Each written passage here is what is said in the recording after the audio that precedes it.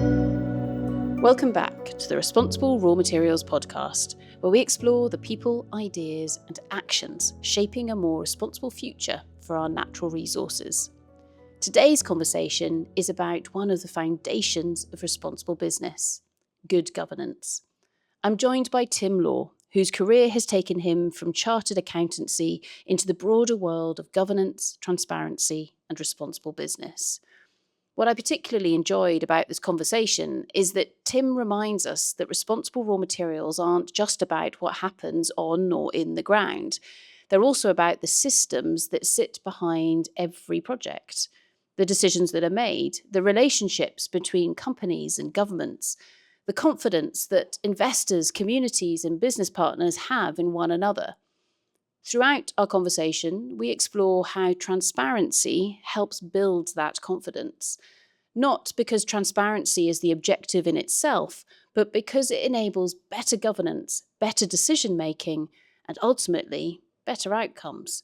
We discuss everything from tax transparency and beneficial ownership to anti-corruption, contract disclosure, and supply chain due diligence, not as separate initiatives, but as different tools that help organisations and governments understand risk, demonstrate responsibility, and build trust. It's also a timely conversation, as demand for critical raw materials grows and projects are expected to move more quickly than ever. Maintaining good governance will become increasingly important. Because responsible raw materials aren't simply about producing the resources society needs. They're about ensuring they're developed in ways that people can trust. I hope you enjoy it. So I'm sitting here in the northeast of Scotland, but you're not here with me. Where are you dialing in from? So I am pretty much near the middle of England. So I'm not far from Milton Keynes, so about halfway between London and Birmingham. And is that where you're originally from, Tim? Or is that where you've just landed up more recently? Uh, Sort of. I have always kind of been born, brought up in the area, I suppose, sort of northwest of London, but gravitated over time further and further from London, mostly driven by property prices and actually now maybe a bit less need to be in central London every day, which was my past.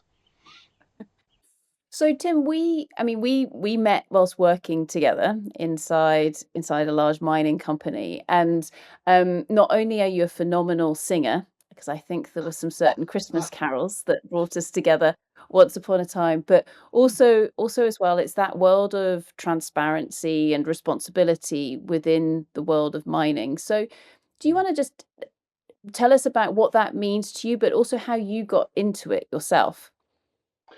Yeah, so my background is as a chartered accountant and a tax expert, and I spent nearly 20 years working in the private sector in tax teams within large businesses, including the aforementioned large mining company where I was, I think, for about 12 years.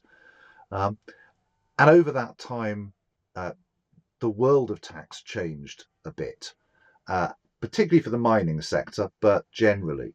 Uh, we saw from the early 2000s the stories about companies that weren't deemed to be paying a fair share of tax, and scrutiny on corporate behaviour, particularly around uh, the taxes that are paid and the value that large businesses seem to bring or not bring to countries where they operate, is something which was relevant to lots of sectors and has been relevant to the mining sector for longer, because that tax number forms a really important part of that balance between risk and reward for both the mining company and also the host government, because ultimately that's where the host government gets its return for that non-renewable resource.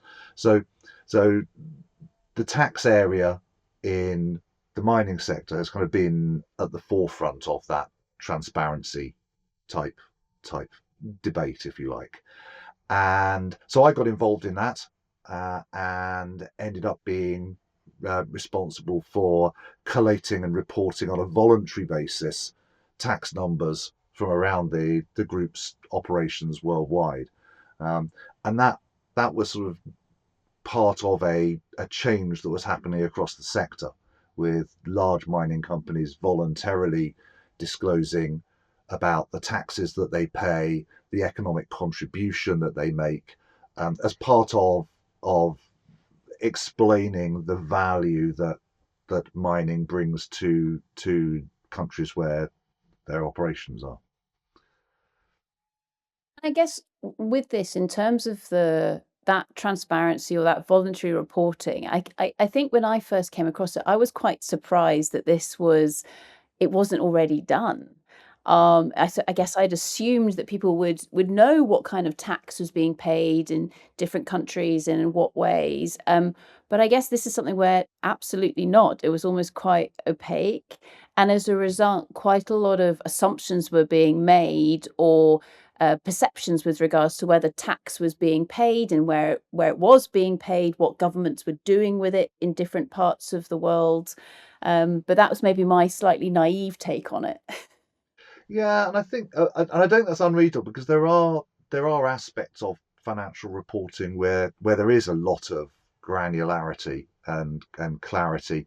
Tax wasn't one of those for a long time, and that really started to change. It changed a little bit with the advent of the Extractive Industries Transparency Initiative, which was founded in 2000, and that the core of that was about disclosing the taxes paid by mining and oil and gas companies in implementing countries, but also disclosing what government was receiving. So following the money through from the companies to government, and that really started to then influence mining companies to say, well, we can voluntarily disclose some of this information, and it's helpful to companies when looking at engaging with whether it's governments or communities in new countries, to say, well, look, we're open and transparent. This is how we do business. This is our approach.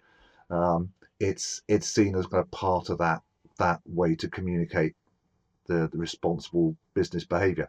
In the same way that disclosures about emissions, human rights, gender diversity, all of those other sorts of things seem kind of quite naturally obvious for companies to do.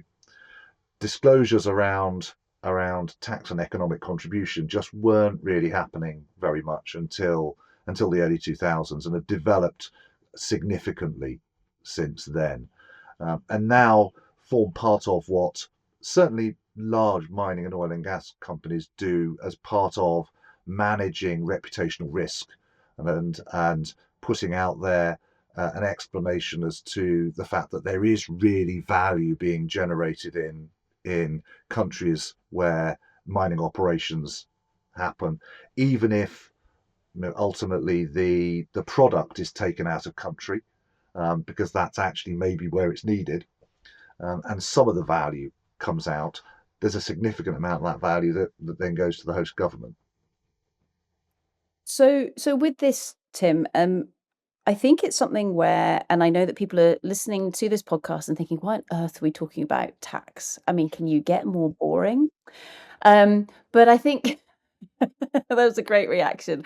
Um, but I think so. What is it about tax that is so powerful, especially with regards to ensuring that the right people actually get benefit from natural resources? Which, let's face it, we only extract those resources from the ground once in their Mm. primary form. So, what is it about the mechanism, I guess, that is tax that can really help all of this? And also, I mean, why do you love tax so much? Why do I love tax? Why wouldn't you love tax? I mean, I think from a from a private sector perspective, uh, most large mining companies are ultimately kind of happy to pay tax. Uh, the biggest challenge in a lot of cases is the complexity of tax regimes and certainty. So, what large businesses want is certainty. They want to understand what is the tax that is going to be payable in respect of this particular activity, When's it going to be payable? And can I, with some reasonable degree of certainty, build that into my financial models and understand what that's going to look like, in the mining sector over the course of not just this year and next year, but the next decade or more. So from that perspective, it's really important from the private sector. And from government's perspective, in a lot of countries, the mining sector is generating more tax maybe than all other sectors put together, or certainly a very significant slug of the government's revenue comes from that sector. So it's really important that there is good governance and transparency about that. And that's really what I've now ended up working on more than tax itself. So actually, obviously I get categorized and as a tax person because that is my background. But actually, these days I tend to be working more on broader governance, transparency, financial good practice, if you like, rather than specifically tax. Tax is an element of it, but about what can businesses and governments do to better understand who's operating in their economy, what are they doing, where are those operations being owned and controlled, who's really benefiting from whether it's natural resources or anything else in a country. And that's become an increasingly important focus over the last 10 years, I'd suppose, with increases in exposure to individuals who may be on sanctions lists, or challenges around people in positions of political influence, and there being conflicts of interest between operations in the mining sector and individuals in the governments of those host countries or in governments elsewhere, and all of that, how it plays into traceability and security of supply being really important as well. So I guess just to bounce this back at you then, so tax was almost the kind of that initial opening of the door, I guess, because it can be worth so much money to a country or to a company or to a group of people. So it's quite a powerful entry to a conversation, but that then leads to a much bigger discussion around that transparency, that responsibility, things like traceability, I guess, as well. Yeah, absolutely. I mean, I think in the mining sector, we all understand that the mining sector is a relatively high risk, high return a type of business, and for that reason, both mining companies and governments want to understand what risks within that are controllable. And this applies across the board as well. It's not just about mining. Um, Challenges around corruption, money laundering, illicit financial flows. Some of the numbers associated with those in the mining sector can be very large, but they're relevant to other sectors as well.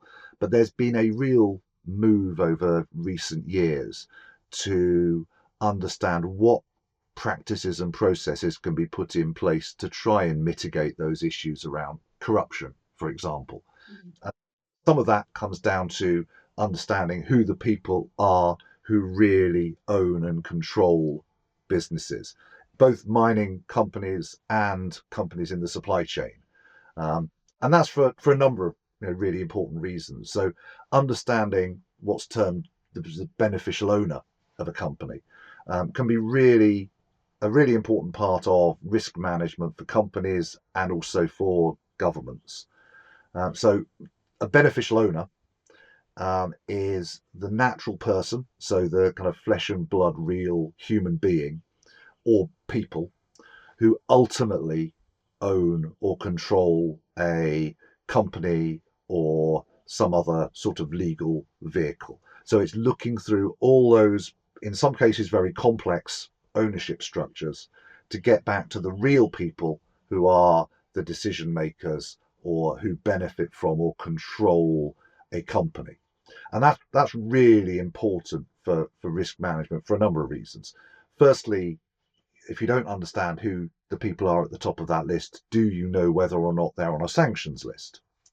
Do you know whether or not they are in a country where there may be a risk of them turning off the tap on your supply chain? Are they a person in a position of political influence, or a politically exposed person, or PEP as they're normally referred to? Um, and does that mean that there may well be a risk of, or at least a perception of, corruption if a large public procurement contract is given to a company where one of the beneficial owners is the minister within that department which has just issued the tender?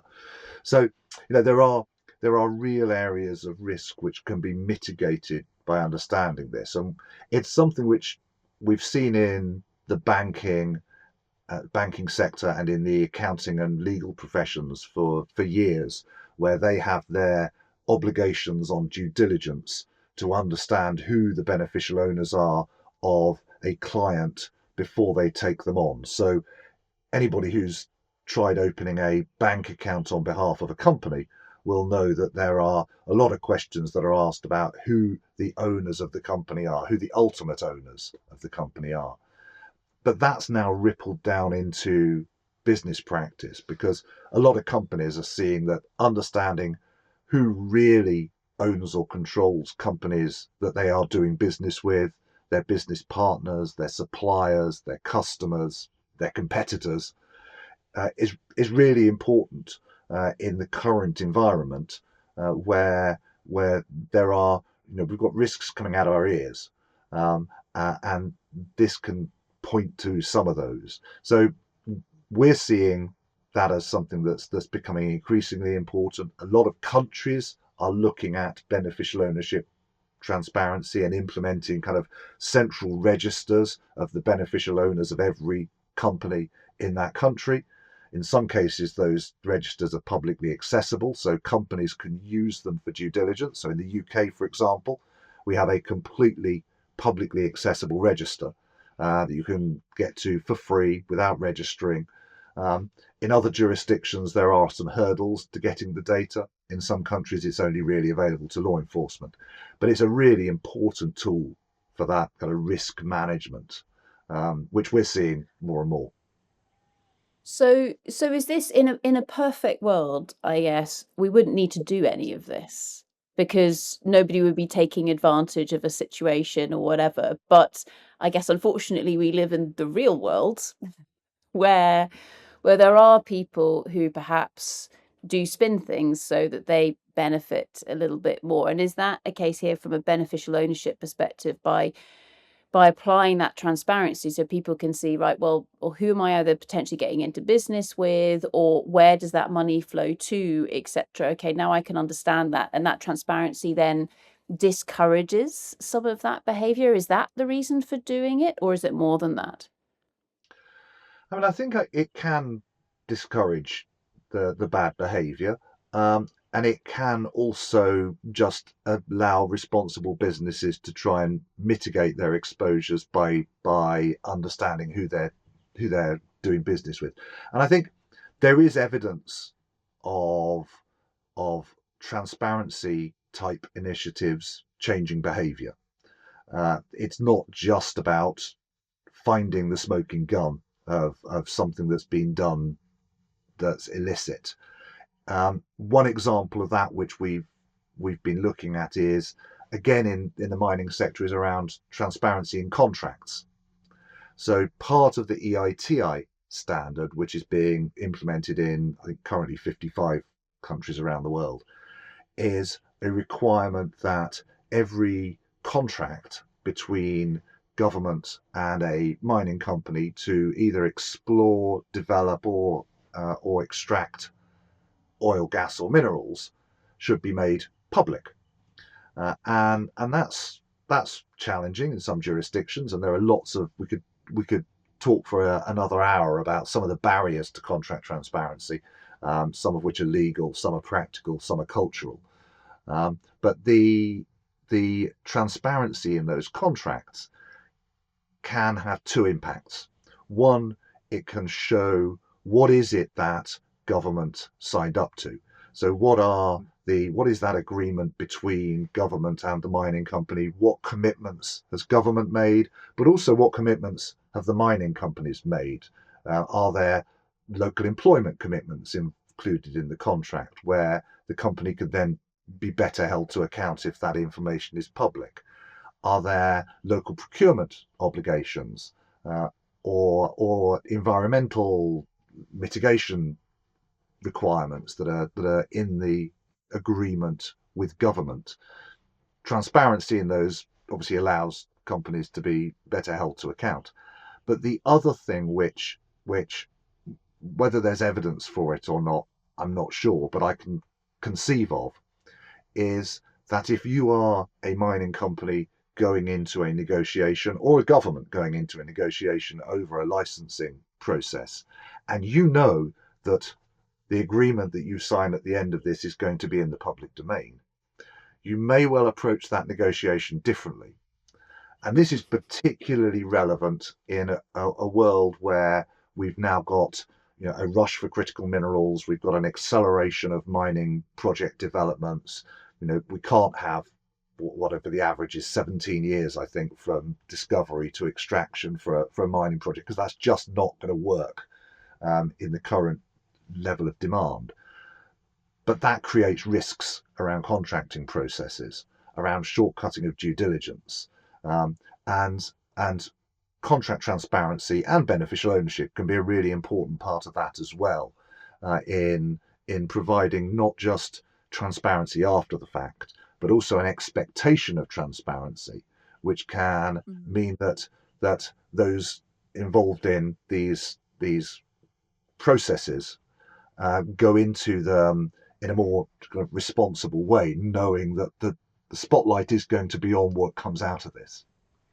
Yeah, so it's like you know that someone is probably watching you effectively in terms of when you're drafting that document, or it's not something that's just going to get locked up in a cupboard and no one's ever going to see it, and it's totally okay if there are spelling mistakes or whatever it is in there.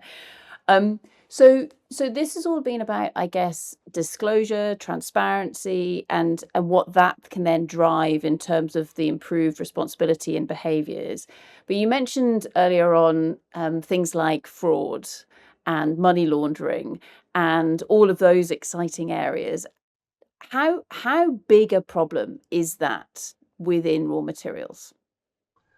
Um, I think money laundering becomes an issue anywhere where there is high value, large transactions, and the ability to move value quickly, and in some cases through jurisdictions that may have lower levels of transparency. I mean, money laundering is in essence, exactly what it says. It is cleaning money. It is when a organized crime of some sort has generated a significant amount of value, but that value is currently tainted. The money is traceable to the financial crime. How do you turn that into money that can no longer be traced back to the crime? And the way that that's done in a lot of cases is to push that money through lots of bank accounts. That's why the banking requirements that I talked about earlier, part of that is about tackling that money laundering and being able to link bank accounts together. But also it can be having a business operation where you plow money in and you get money out. And there are not many sectors where you can put bigger amounts of money into them and potentially get big amounts of money out than the mining sector. And we talked about risk. Mining operations do run the risk of not being as profitable as maybe the spreadsheet at the beginning of the process suggested they were going to be. And that can be, Sarah, your areas of geology that cause those problems, or it can be my area of fiscal reform that can change the economics of a mining project. But ultimately, if you are a money launderer, you don't really care if you lose money, because you would rather take your 10 million dirty dollars and at the end have 5 million clean dollars. So that actually is a price you're willing to pay for the money to then be something that you can then go and do what you like with. So the mining sector, for that, in that sense, I think is probably quite attractive because it allows that, it may well actually be an upside, but the downside, the money launderer isn't going to be that worried about. Now, the reason why I think we don't see it all that much in the mining sector is because of the fixed nature of the activity. Money laundering in a lot of cases is about a fast transaction that moves, goes, and it's disappeared before law enforcement can catch up with it. Mining's not like that. So I guess the one thing which helps mitigate that in the mining sector is the long-term fixed nature of it. We've seen suggestions in the UK, for example, that one of the things that money launderers are doing is there's a prevalence for those people listening to this who aren't in the UK. We seem to, particularly in London, have seen hundreds of American candy stores, sweet shops opening up. And if you go down Oxford Street, one of the main shopping streets in London, you will see lots of these American candy stores, more than is ever reasonably economic for there to be. There's not that many people buying American sweets. And the suggestion is that a lot of them are fronts for money laundering because they are pop-up shops. They'll be there. You go back the next time, they're not there. Some money's been pushed into them, some money's been taken out of them, and the owners have disappeared. And so it is a risk in the mining sector, but it's probably not the biggest risk. Corruption, on the other hand, can be a massive risk in the extractive sector, and that's where both beneficial ownership and contract transparency can be really important in identifying those potential conflicts of interest, and in some cases that won't be corruption, but in identifying things which might be red flags and which require a bit more investigation. The other place it's kind of relevant in the mining sector is I talked a little bit about local procurement obligations. So one of the things that we talk to mining companies about is if you are subject to a local procurement or local supply obligation, how well do you know that the companies that are saying to you that they are local are really local? So is the ownership and control of this company really the person who is fronting it to you? So there's a lots of different aspects within the mining sector where this sort of governance and due diligence is important for managing risk. Money laundering is part of it, corruption is part of it, but it also goes into due diligence on public procurement. So how good are the processes? And one of the things we're seeing increasingly is governments putting additional due diligence obligations on public procurement processes. So requiring any company that bids for a public contract or a mining license, for example, to disclose who the beneficial owners of the company are. And we're now seeing some companies are doing that as well, requiring that of their kind of procurement processes. So I guess just to try and bring in an example about that. So once upon a time, my team and I, we did quite a lot of work in the Democratic Republic of the Congo. And that was something where we'd finished the main piece of work that we were doing as a specialist consultancy. And the company reached out to us and said, we're moving everything to local procurement contracts. To help you do this, we can help you set up a DRC entity. So then you can tick that box to say that you are a local company. And I said, well, no, on many levels, because that was outside of perhaps what we wanted to do as a British company at the time. But secondly, it was a case of, well, no, that means that we're cheating the system because we're not a DRC company. the people who work with us are not based in the DRC, so therefore they don't count as being local. But something that occurred to me at the time was that this was the company themselves who were trying to help us around their own systems in terms of that local procurement, which was kind of interesting. That led me to then think, well, what else are you doing as an organization to try and work in that jurisdiction? So what other forms of corruption effectively is going on there? I don't know. I'm sure you've seen lots of examples of this. Yeah, I mean, I think that is a really interesting example of fronting, of looking to set up, or even being encouraged to set up um, a local front to make an international business look like it is local. I mean, one of the places we see that as a risk is in South Africa, where you have the BEE or BBBEE companies that are owned by historically disadvantaged South Africans, and there are then certain opportunities for those companies if they are appropriately certified. And fronting there is a huge problem with businesses not really being owned and controlled by the people that they are saying they're owned and controlled by. So that can be a real challenge. And there are plenty examples around the world of countries which have a local procurement obligation on the mining sector, and so that is a direct, even if it isn't a sort of a blanket, everything has to be locally procured. There may be a percentage local procurement requirement, um, but people try to get around that. And it may be mining companies that are trying to get around it, but it may also be suppliers who are not being open and honest with their customers about really where they're. Now, in some cases, that's fine, because if you look at kind of the fine print of local procurement laws, they sometimes say that what local procurement means is that the goods or services must be sourced locally. So the widgets that you're buying must be manufactured in country.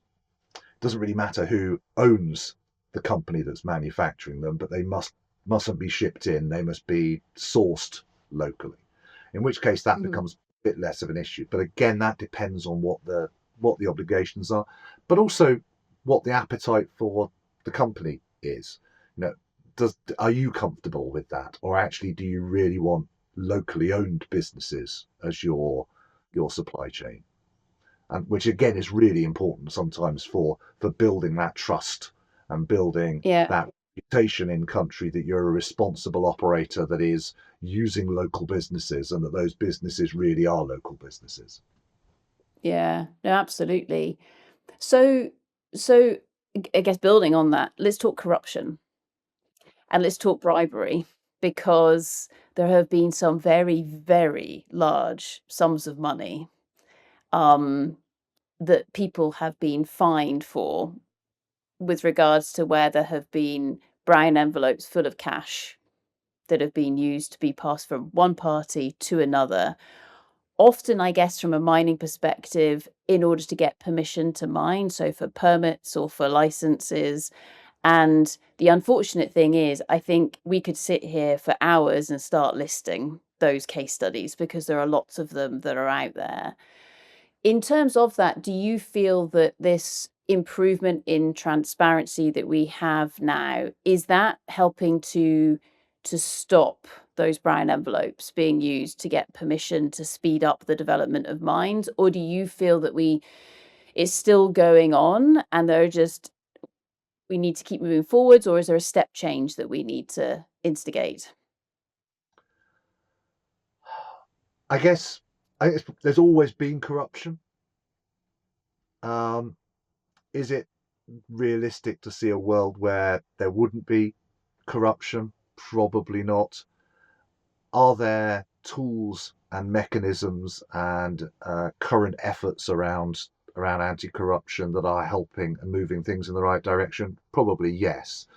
Um, there are a lot of aspects of the modern world that make it easier to identify corruption, not least of which the way that the world is connected through communication these days, in that investigative journalists and law enforcement agencies can spot patterns and can understand what's happening in places around the world on a much more real-time basis, which helps to alleviate or at least kind of identify risks of corruption. And you're right, we could talk about lots of examples that have involved brown envelopes or things bigger than that, full of money. The mining sector is not unique in that. There's a case study that I use when doing training on anti-corruption, which is about the issuing of telecoms licenses in Central Asia, where there were very large amounts of money being moved through bank accounts.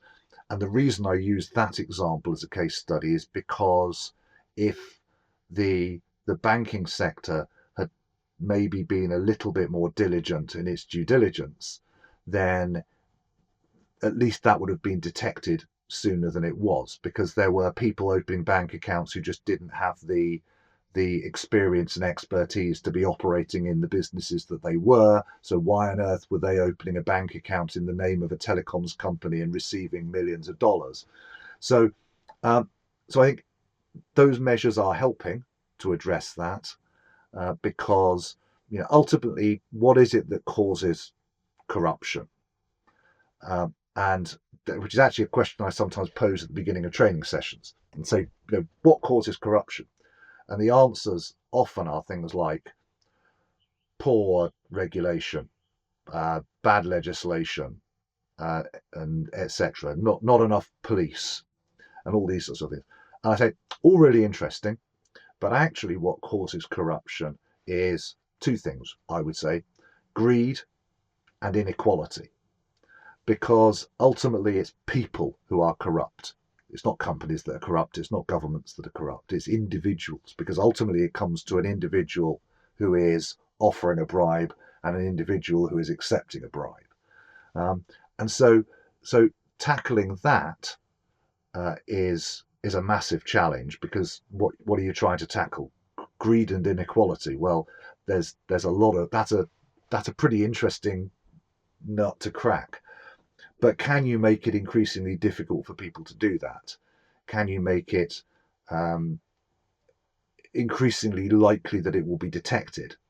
I think yes, and that's what things like the work that OECD and others are doing on anti-corruption type measures is really valuable. There's an increasing number of businesses that are implementing anti-corruption compliance programs. So in the anti-bribery space, for example, there's a thing called ISO 37001, which is a standard for anti-bribery, which again sort of sets businesses on the right track and puts in place the right processes. But ultimately, will these things eradicate corruption? No. In the same way that the best environmental protection obligations and initiatives in the world won't mean that there aren't operations that create environmental issues, but they can make it more difficult for that to happen, and they can make it more likely that that will be detected. And I guess as well, because there is more information on what is going on, it means that if you find yourself in a position where you can either get involved in the corruption or say, no, I'm not going to step into that, there's less excuse not to know about what's going on as well, because the information is there through all the different forms of disclosure and transparency. Yeah, I think that's also about businesses taking a proactive approach to that. We talked about not just having something sat on the shelf. One of the things that I talk to businesses about is, how do you develop an anti-corruption compliance program, and then what do you do to implement that, and it not just be on the shelf. And that's about training and ensuring that you don't just say this applies to everybody in the business. That's no good unless everybody in the business knows what it says and Yeah. understands what to do in the situation where they are either bribe is solicited from them, or they may inadvertently find themselves in a position where they are receiving a gift just at a point where they are about to make a decision where that gift may be perceived to be a bribe, even if they've already made the decision. If and so people within businesses can often be put in challenging situations, and so what businesses need to have done is done a risk assessment, understood where within our business is the risk of bribery or corruption occurring, and what can we do to firstly ensure that we are not complicit in that corruption, but also enable our employees so that when they are put in a position where a customs official says, if you really want your supplies to come into the country, there may be a facilitation payment to make these pass through that gate over there. People within businesses and the real humans that are actually stood there with the docket saying, but I need this stuff to get out of here. How do those individuals deal with that in such a way that they are not facilitating bribery, but equally they're not putting themselves in a position where they're in personal danger? There's a real challenge there, particularly some places in the world where it is about somebody pointing a gun at you and saying, you know, I need something out of this. So it is a really and that is particularly the case, I think, for the mining sector because of some of the jurisdictions that mining companies are operating in. It's a reality of life that individuals are sometimes put into those situations. What businesses can do is mitigate it from a policy perspective, but it's also about mitigating it from a practical perspective, ensuring that those individuals really know how to respond in that situation and when to say no and when to say okay. Yeah. And I think, I mean, very real examples of that are, as you say, if you're in a situation where you know that your company doesn't want you to bribe anybody or anything like that, but as you say, maybe you're traveling and someone says, "No, I'm going to cause you serious harm unless you give me your phone or $100 or whatever it might be." And in that situation there, knowing that the company has given you clear instructions, and typically it would be give them the phone because that's a case of, this is your safety in your life versus something like bribery. And that, I guess, that's that difficult decision point, isn't it, for people? Because it's not just something that tangible. You can then scale that up to something much, much larger and saying, well, what are the pros? What are the cons? Which direction do we go?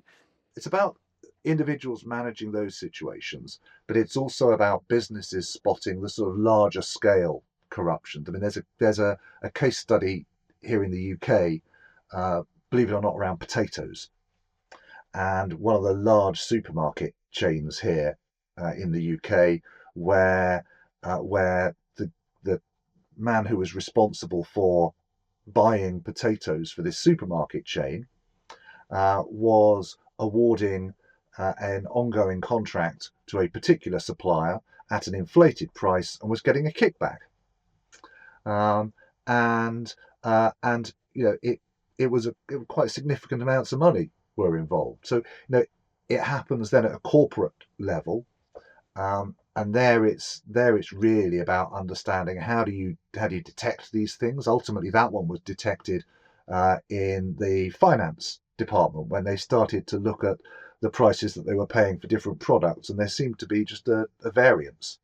And they investigated the variance, and it turned out it was actually that this guy was accepting bribes to sign contracts for inflated prices. So it does happen in the corporate world.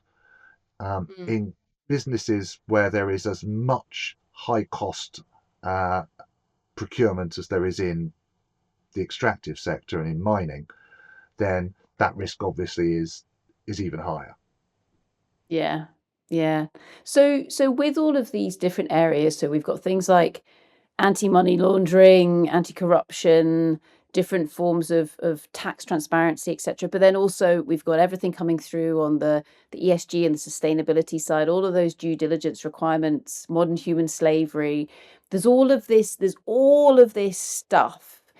Is it converging? I mean, in terms of people having to do all of this and do all of those checks and balances, is this getting easier with things like machine learning and AI, or the need for the transparency, the need for that disclosure, is it just getting bigger and bigger? I mean, I think businesses are starting to see these topics less in silos. So it was in the past that these were very much individual topics, and that there would be some, there would be, let's think about what our anti-bribery policy is, and let's think about what, as a company, we think about gifts and hospitality, and what should we give and what should we receive, and all these. I think companies are starting to take a more integrated approach to this across all of these areas of risk, both the kind of financial ones and others. Why? I suspect that is to try and address the fact that there are so many different requirements. And so if you can have an integrated approach which actually then meets all the different obligations within one framework, that makes a lot more sense from a business perspective than trying to address lots of individual expectations. I guess one of the challenges with any of these sorts of corporate reforms, if you like, and you will have seen this as much as anyone, is that there isn't a one size fits all, because how a company approaches its corruption risk, its money laundering risk, its bribery risk, or it's human rights, modern slavery, or any other challenge. Businesses have to approach that on a risk basis. So do a risk assessment. Where is it that we actually really need to address things, and how do we address them? And money laundering and corruption are no different. If you look at what the UK Bribery Act says, it talks about having in place those appropriate measures to mitigate the risk of bribery. It doesn't say you must at all costs prevent all bribery and you must reduce your risk to zero.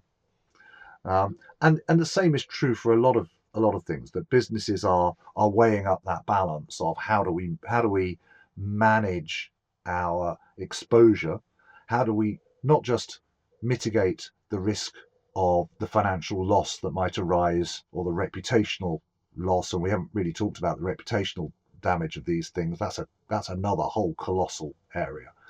Um, how do you mitigate that? But it's also about how do you manage that internally within an organization? How do you assess the overall exposure to not just the financial impact, but also how do you demonstrate that you've mitigated that risk? Because in a lot of cases, what the legislative challenge, or the legal challenge that companies might face if they are found to have been complicit in corruption or money laundering, is not just, well, what does that mean that you did and what did you do wrong? It's also, what measures did you have in place to prevent this from happening? They may not have Mm. entirely worked, but were they reasonable and robust? Were they well implemented? Had everybody been trained in them? Do you know that everybody had read the anti-bribery policy? So, so what businesses need to be thinking about, and this is where I think the integrated piece comes in, is how do you not only do your best to prevent corruption, money laundering, financial crime. But how do you demonstrate that you've done that? Because that's really important for a lot of people. It's becoming increasingly important for institutional investors. So the responsible investment community is looking at, it's not just looking at, are you a business that's operating in what we deem to be a responsible sector? At a very sort of superficial level, responsible investment started off as being, we're not going to invest in companies in the defense sector and the tobacco sector, etc. That's evolved immensely now to looking at real granularity of the business and what is it that makes a business responsible. And that comes down to a lot of things. It comes down to whether or not those companies have published anti-corruption policies. So are they actually saying publicly what it is they're doing to mitigate these risks? One of the other areas, sort of coming full circle back to tax at the moment, in the EU, there is a new requirement for companies to publish a significant additional amount of tax information on a country-by-country basis. Institutional investors are just sitting there waiting for this information because they want to understand the business better. And in some cases, they want to understand, is their assessment of whether or not a business is responsible or not going to change based on this additional information?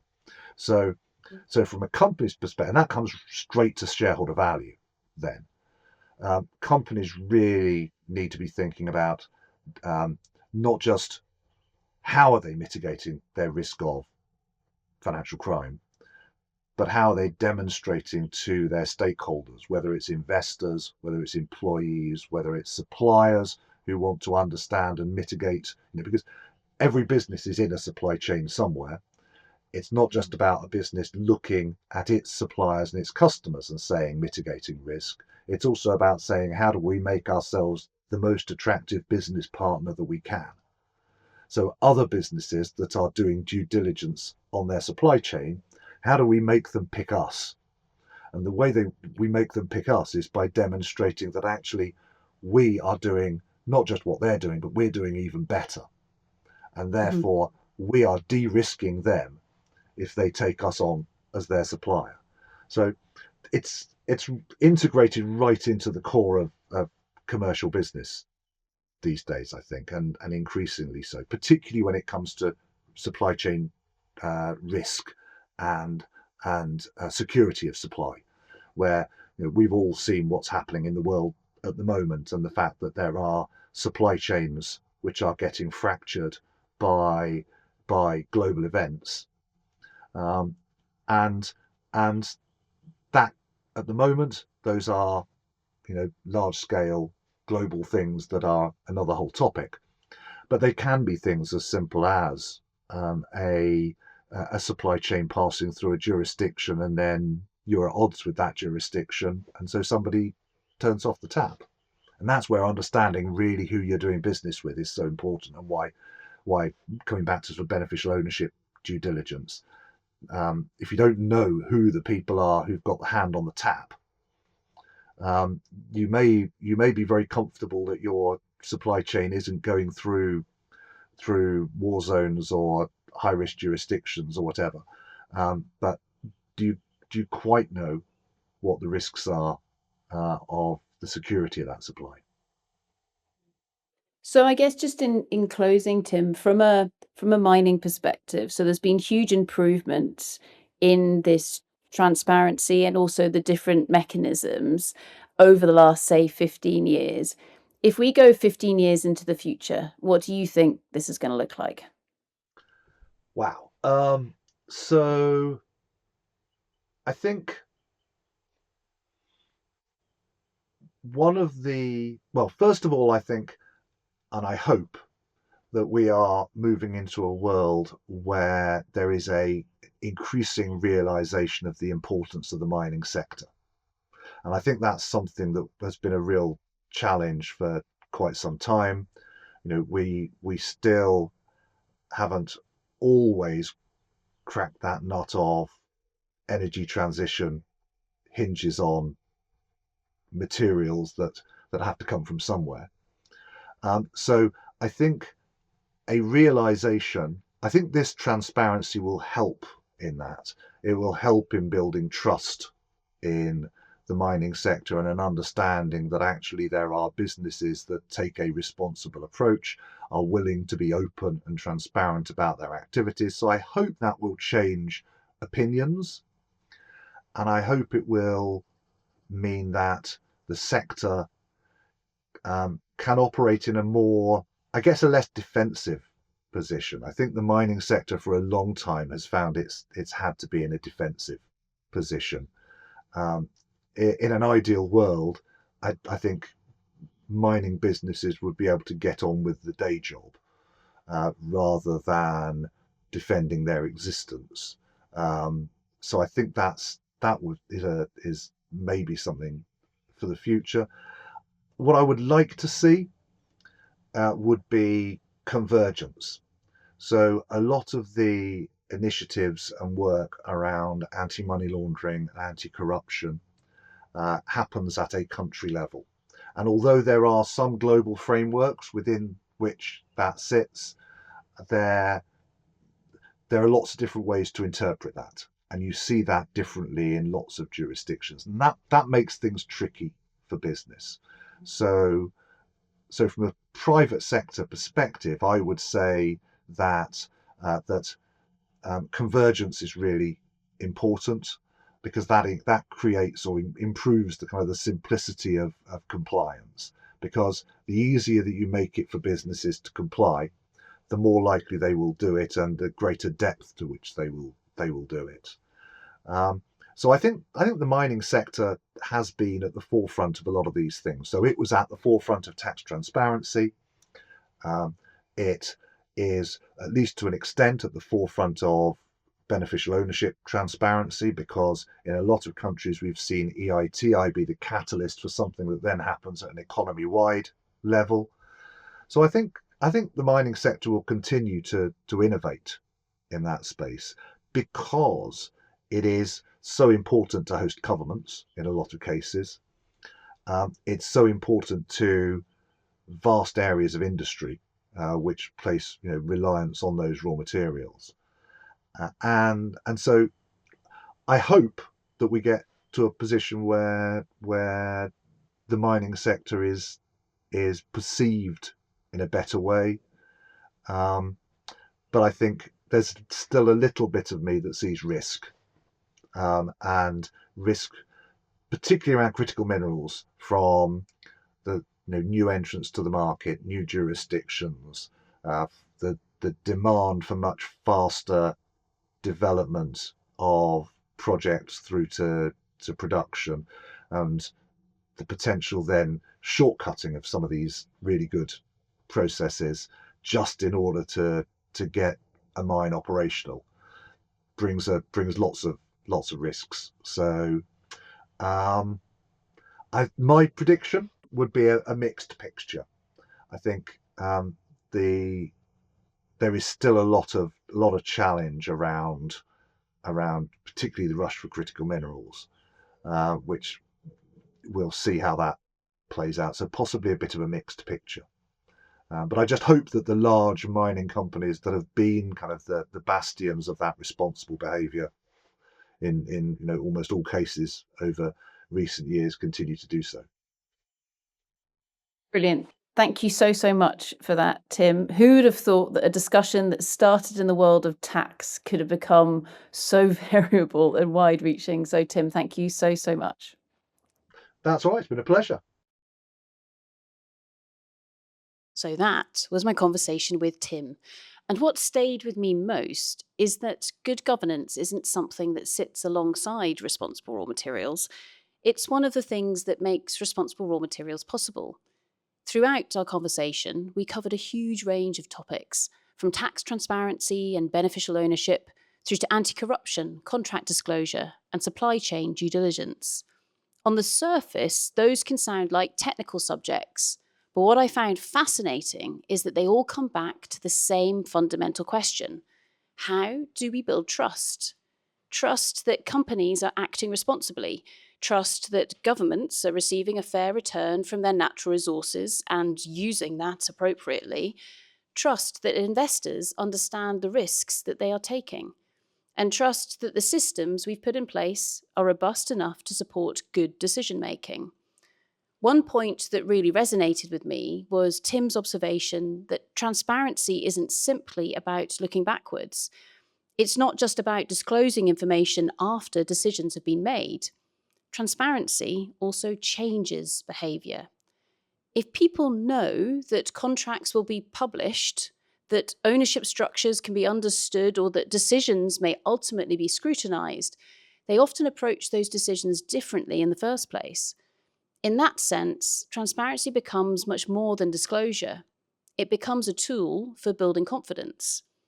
We also talked about the growing demand for the raw materials needed for the energy transition. There's enormous pressure to develop projects more quickly, to secure supply, to reduce permitting timelines. But, as Tim pointed out, speed shouldn't come at the expense of good governance. If anything, the faster we move, the more important it becomes that we have strong systems, robust due diligence, and clear accountability. Another thought that stayed with me is that governance isn't really about paperwork. It's about people. People making decisions, people asking the right questions, and people having the confidence to challenge something that doesn't feel right. It's also about organisations creating cultures where integrity is expected, supported, and rewarded. Ultimately, responsible raw materials depend on far more than good geology or good engineering. They depend on trust that's built through transparency, accountability, and good governance. Not because those things eliminate every risk, they don't, but because they help us understand risk better, manage it more effectively, and make decisions that stand up to scrutiny. For me, that's what this conversation was really about. Creating systems that people can have confidence in. Because when we get that right, we're not just building better mining projects. We're building stronger relationships between companies, governments, investors, and communities.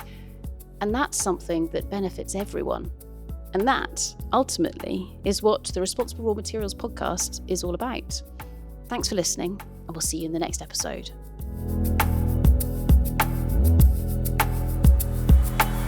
Responsible Raw Materials brings together diverse voices from across industry, academia, government, civil society, and beyond.